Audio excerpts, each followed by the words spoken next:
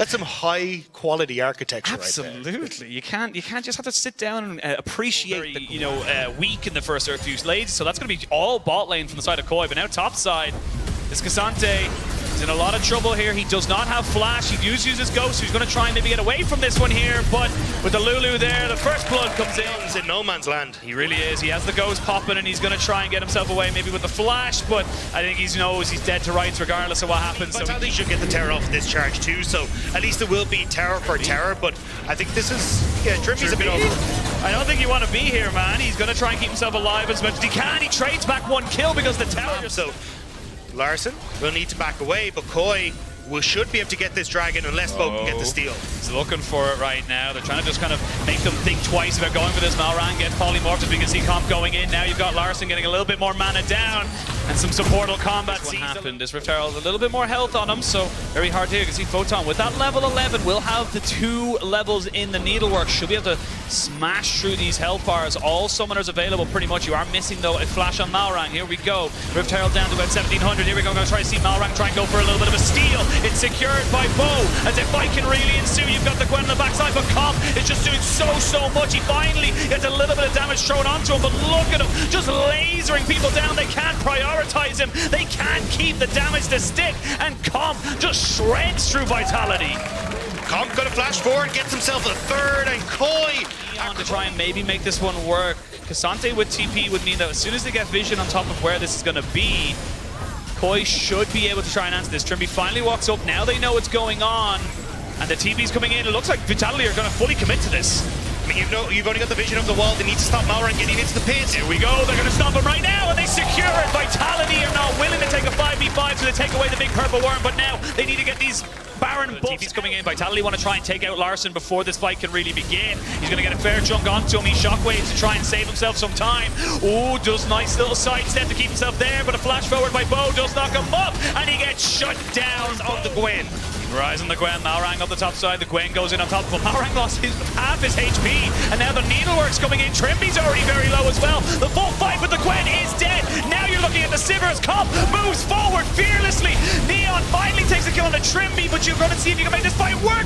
Double kill for the Siri. It's so damn close, but you got to remember multiple elders like we saw the last time with Bo. Starting to step forward. Yeah, he knows that the Elder's going to be going off very soon as they try and find it. Oh my god, they've got the Cassante down. He's already gone into stasis to keep himself alive. Bo still ticking down with a little bit of the Elder, but now Photon tries to get in with the needlework. They're moving forward. Larson very low, but a great shockwave stops the support. No cavalry for you. Perk's trying to do the damage on the backside, but Comp is so healthy. Comp is just massive in these fights, and Koi may look for the end of boss. Trimby's doing a ton of work. Malrang getting the pick on towards Neon as well. And now, as you say, a wave is here. Koi, they want to take game one. They want to take game one. They don't want to wait for the next spawns of Baron or Elder. You still have some decent wave clear though with Perk, so you got to be very careful. He will do significant damage, and there's still a Baron buff ticking up, so hard to make this one stick. Here we go. They're going to try and make this one on top of the carries, but with Bo moving in to try and deal with the minions, he will fall, but he did his job. Do they wait for the next wave? They've got a couple more seconds till the Sivir and the Gwen respawn, and they're going for a reset for TP in. I mean, there's the TP. Shigena just trying to keep the wave on. Perk sidestep. He sidesteps. Malrang goes golden. Nexus turret number 1 falls. It looks like Koi have found themselves an opportunity. All they needed was one fight. Kaiser goes in, but immediately he cannot do anything about it. They don't even care about the Lulu. They've dealt with it. They don't need to move forward. Joined by Arvin, the assistant coach of Koi. Thank you very much for joining me. Now, in game number 1... They're doing a really good job in at least game 1 in trying to make sure Malrang prevented him from having any sort of plays. And Comp now starting shield early. Yeah, starting shield, which means they can flash in. No, he doesn't have an aggressive setup here where the ignite goes down before the heal comes out. Comp flashes over the wall. Kaiser has nowhere to go, and Kaiser will fall. They spotted him. They had a ward on him there, so they now know with the javelin toss coming in, it will be a 3v2 in favor of Koi. They're going to try and jump into this, but he started spell shield, and the barrier. Oh, Dagda, this is disaster if they can secure this kill. Malrang gets that one. You still have an Ashe who's pushing forward.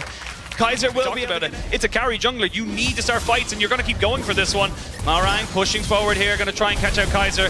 Yeah, he's dead to rights. Nothing. He feels like you need to try and go for something, but maybe not in the mid lane. You do not have flash here for Perks. He's going to be able to use the Soul Unbound, but guess what? That goes up, must come down, and oh, not quite able to get away from the Emperor's Divine. But I think Larson. Yeah, he's looking for the play. Just get the flash in, and the ult back. Perks just trying to wait for his support and jungler to really help him out, but you've got the range advantage and you're just peppering down these health bars. Larson picks up his first kill. Oh, go crazy in the top side. We will come back in here now into the bot lane as Comp picks up. This is pretty much the way Olaf should be trying to trade in this lane. Yeah, I mean, look, you want to be low level, or low health, I should say. Nice ultimate, just kind of stop him from getting taken away. Shigen actually makes a little bit of a move there over the wall. Unfortunate for him, but yeah, Photon, without a flash, without a care in the world, tries to take the trade back, but it's still like a Cassante. A little bit longer, but Malrang going to run into many members here. He is going to run into many members. Just got the ultimate off, so the Crescent Guard good, but you got Trimby coming in here alongside Comp. I don't know if you want to try and fight this. The flash in, though,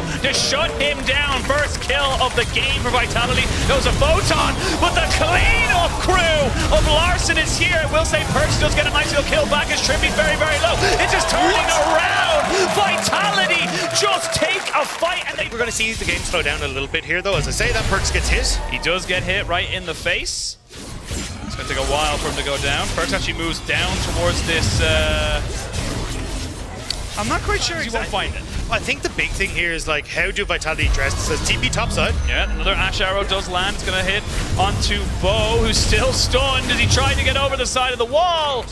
No, not quite yet, but is the thing with the cooldown Ash. It's already a quarter of the way done. Kaiser runs forward. Kaiser taking a lot of damage, and Kaiser falls, but they're going to take the fight anyway. It's a 1-for-1. You lost a jungler for support. TP comes in from Perks. It's almost a mirror of the last fight around Red Bull. We saw Larson might be in a lot of trouble here. He does get the ultimate off to try and stop Perks from getting anything else. Sagenda, still a Cassante. They go forward. Trimby's left all isolated on his own. Finally, Comp joins the fight, and Comp can start to really rip through them. Eventually, the Larson will die. The Baron's still doing damage. Baron plays for Vitality, and Baron sets it up on a nice little play.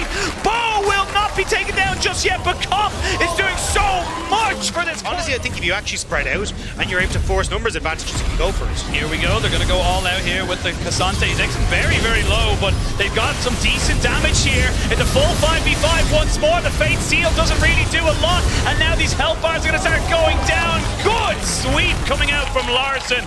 And I think we're already starting far behind. Level 9 at 26 minutes in the game. Yeah, level 9. He is 3 levels down on his opposite number, Trimby, and they are already on to the Nexus turrets. Ash Arrow goes wide. You can see the Koi kind of reset themselves around these Baron minions. Here we go. The Fate Seal lands on the 2, but Perks immediately has to bring himself back. Larson goes golden after getting the sweep, and it's going to be just that, you would imagine, for the side of Koi. They are going to take down the #1 seed of the regular winter split in a 2-0 fashion, and they're going to look damn good doing it.